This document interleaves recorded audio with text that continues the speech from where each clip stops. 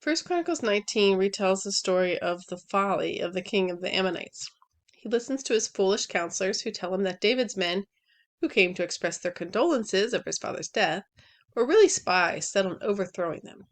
He then treats them scandalously. David treats them with compassion. But the king's folly doesn't stop there.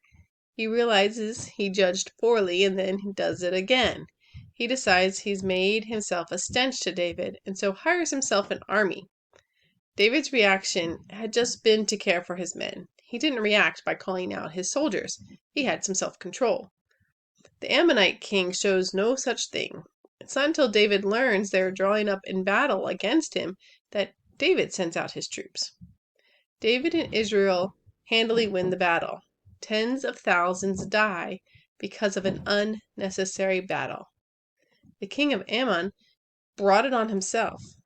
They end up as servants to David and Israel. How often do we bring unnecessary battles on ourselves? We can certainly do the same thing and be mad at someone for something we think they did, and struggling with being upset and fighting a battle, struggling to forgive, and maybe we just had wrong assumptions, had wrong understanding.